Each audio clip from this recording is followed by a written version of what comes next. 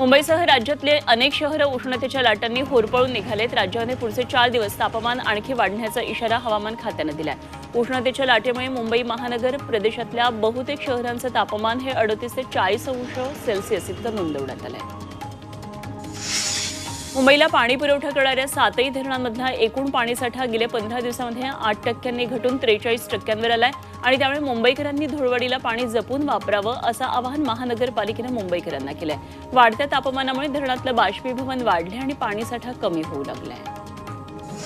नवी मुंबईच्या मोरबे धरणावर वनराई फुलवण्याचा निर्णय महापालिका प्रशासनानं घेतलाय। जिथे जागा मिळेल तिथे हरितपट्टी विकसित करण्यात येणार आहेत आणि मोरबे धरण परिसरामध्ये पुढचे वर्षभरामध्ये 40,000 वृक्षांची लागवड केली जाणार आहे।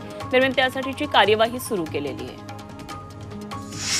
सोलापूरच्या मौलाली चौकातल्या जलवाहिनीला गळती लागली आणि त्यामुळे हजारो लिटर पाणी वाया गेलं। गेल्या 5 दिवसांपासून गळती सुरू आहे। पाण्याचे 10 फुटांपर्यंत फवारे जातात आणि या जलवाहिनीच्या गळतीमुळे 4 ते 5 दिवसांत पाणी पुरवठा करण्यात येतोय। नाशिक जिल्ह्यामध्ये सर्वत्र उन्हाचा चटका जाणवू लागलाय आणि या पार्श्वभूमीवर येवला तालुक्यातल्या चिंचोडीमध्ये कुंभार कारागीर माठ बनवण्यामध्ये व्यस्त आहेत असं चित्र दिसतंय। उत्तर प्रदेशसह इतर बाहेरच्या राज्यातले सुद्धा माठ विक्रेता आता आलेले आहेत, त्यामुळे स्थानिक माठ विक्रेत्यांना त्याचा फटका बसतोय। मावळमध्ये उन्हाचा तडाखा वाढलाय। बाजारामध्ये गरिबांचे फ्रीज म्हणून ओळखले जाणारे माठ आता विक्रीसाठी मोठ्या प्रमाणामध्ये उपलब्ध झालेत। मात्र गेल्या वर्षीच्या तुलनेमध्ये यंदा माठाच्या किमती 50 ते 100 रुपयांनी वाढलेल्या आहेत। मातीच्या किमती आणि वाहतुकीचा खर्च वाढल्यानं माठाचे दर वाढले। महाराष्ट्रात मूत्रपिंड विकाराच्या रुग्णांमध्ये वाढ झाली आहे। उच्च रक्तदाब आणि मधुमेह असणाऱ्यांना मोठ्या प्रमाणात किडनीचे विकार होण्याचा धोका असतो। सार्वजनिक आरोग्य विभागाच्या माहितीनुसार मूत्रपिंड विकारांच्या रुग्णसंख्येमध्ये वाढ झाली आहे। मराठी पाट्या न लावणाऱ्या दुकानांना मुंबई महापालिकेनं दणका दिलाय। 3687 दुकानांवर दंडात्मक कारवाई केली। यामधून महापालिकेनं 1,10,00,000 रुपयांचा दंड वसूल केला। या कारवाईमध्ये 3687 दुकानदारांवर दंडात्मक कारवाई केली।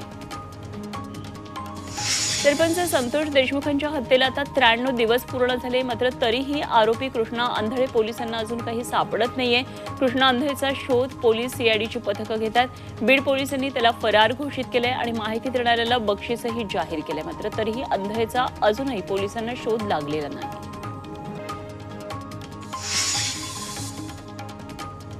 6 दिवसांपासून फरार असलेल्या खोक्याला अखेर काल अटक करण्यात आली। प्रयागराजमधून खोक्याला अटक करण्यात आली। काल खोक्याचा मुक्काम हा प्रयागराजमध्येच होता। आज त्याला प्रयागराजच्या न्यायालयामध्ये हजर करण्यात येईल आणि त्यानंतर त्याची ट्रान्झिट रिमांडची प्रक्रिया पूर्ण होऊन बीड पोलीस त्याचा ताबा घेतील। घनकचरा व्यवस्थापनाची प्रभावी अंमलबजावणी होण्यासाठी तज्ज्ञांची उच्चस्तरीय समिती स्थापन करण्यात आलेली आहे आणि अधिवेशन संपल्यानंतर 30 दिवसांच्या आत ही समिती स्थापन करणार असल्याची माहिती उद्योगमंत्री उदय सामंत यांनी विधानसभेत दिली।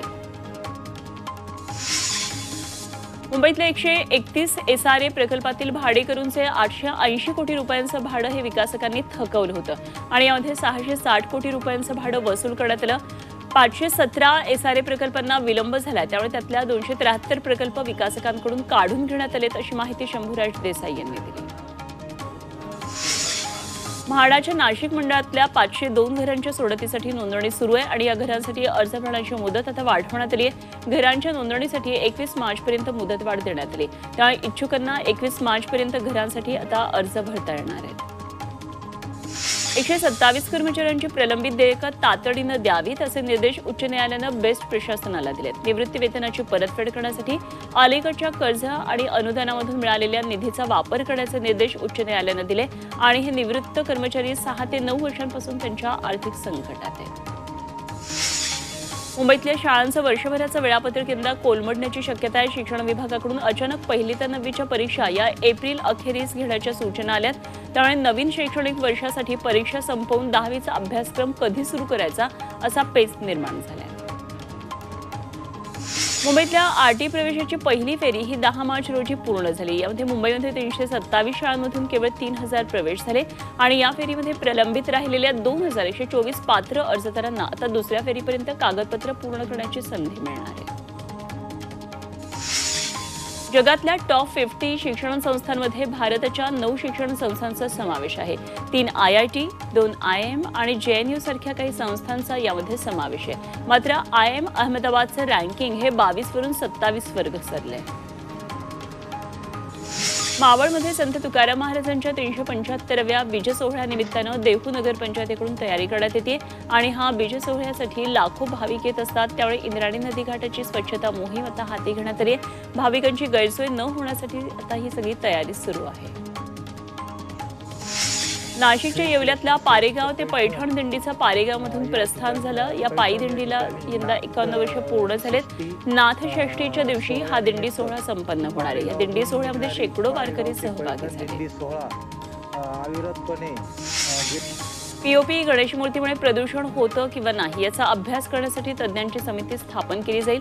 तर या समितीचा अहवाल येईपर्यंत पीओपी गणेश मूर्तींचा वापर करण्यासाठी मुदतवाढ मिळावी यासाठी सर्वोच्च न्यायालयामध्ये याचिका दाखल करण्यात येईल, अशी माहिती मुख्यमंत्री देवेंद्र फडणवीस यांनी विधान परिषदेत दिली। विरोधी पक्षनेते अंबादास दानवे यांनी स्थगन प्रस्तावाद्वारे पीओपी गणेश मूर्तींचा मुद्दा उपस्थित केला आणि पीओपीवर बंदी घातल्यामुळे एकीकडे हजारो कामगार बेकार होणार आहेत तर दुसरीकडे पीओपी गणेश मूर्तीच्या वापरामुळे पर्यावरणाची हानी होण्याची भीती आहे। त्यामुळे सरकारची नेमकी भूमिका काय आहे असा सवाल त्यांनी उपस्थित केला आहे।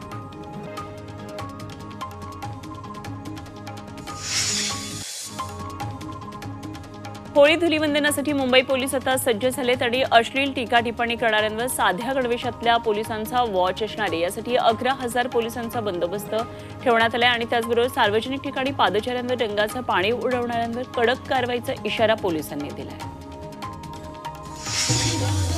रायगडमधल्या कोळीवाड्यामध्ये होळीचा उत्साह पाहायला मिळतोय। या उत्साही वातावरणामध्ये धाकटी होळी साजरी करण्यात आली। यावेळी महिलांनी होळीचा मनोभावे पूजा केली आणि ठिकठिकाणी कोळीवाड्यांमध्ये देखावेही साकारण्यात आले।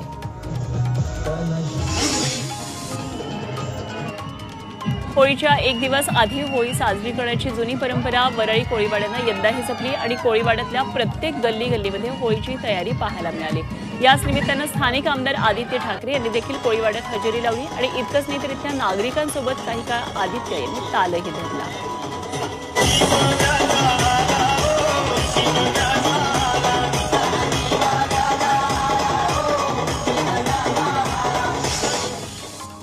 होळी सणानिमित्तानं अकोला शहरातल्या बाजारपेठा आता रंगीबेरंगी झालेल्या आहेत। बाजारामध्ये नैसर्गिक आणि रासायनिक रंग, गुलाल, पिचकाऱ्या मोठ्या प्रमाणामध्ये विक्रीसाठी उपलब्ध आहेत। दरम्यान पर्यावरणपूरक आणि त्वचेसाठी सुरक्षित अशा रंगांकडे ग्राहकांचा कल दिसून येतोय। लोणावळा शहरामध्ये होळी आणि धुलीवंदनाची धामधूम सुरू झाली आहे। धुलीवंदनासाठी बाजारामध्ये विविध रंग, पिचकाऱ्या आणि रंगांची खेळणी मोठ्या प्रमाणात विक्रीसाठी उपलब्ध आहेत। यंदा गेल्या वर्षीच्या तुलनेमध्ये वस्तूंच्या किमतीत 30% वाढलेल्या आहेत। उत्पादन खर्च आणि वाहतुकीचा दर वाढल्यानं वस्तूंच्या किमती वाढलेल्या आहेत। न्यू इंडिया सहकारी बँकेच्या ग्राहक आणि ठेवीदारांचा मेळावा होणार आहे। येत्या शनिवारी वर्सोवातल्या न्यू इंडिया बँकेसमोरच्या सेंट्रल हॉलमध्ये हा मेळावा होणार आहे।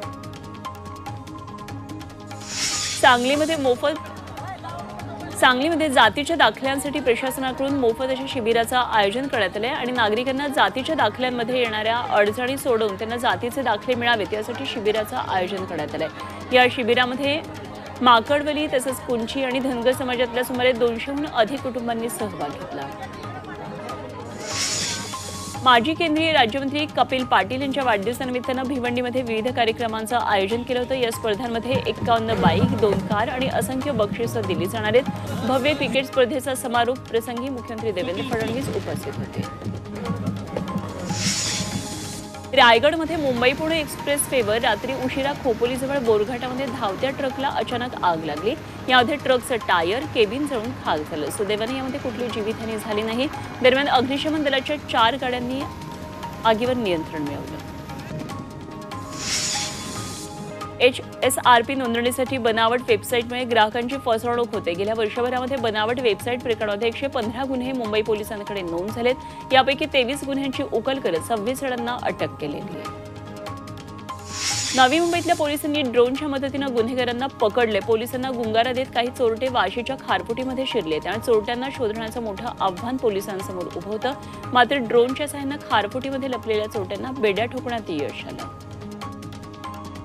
नाशिकच्या येवल्यामध्ये एका वृद्ध महिलेला सोनसाखळी सापडली. तिने ती प्रामाणिकपणे परत केली. खांबेकर खुंट परिसरात एका दुसऱ्या महिलेची सोनसाखळी रस्त्यावर पडलेली होती. यावेळी ही सोनसाखळी वृद्ध महिलेला सापडली. तिने शोध घेऊन सोनसाखळी महिलेला परत केली.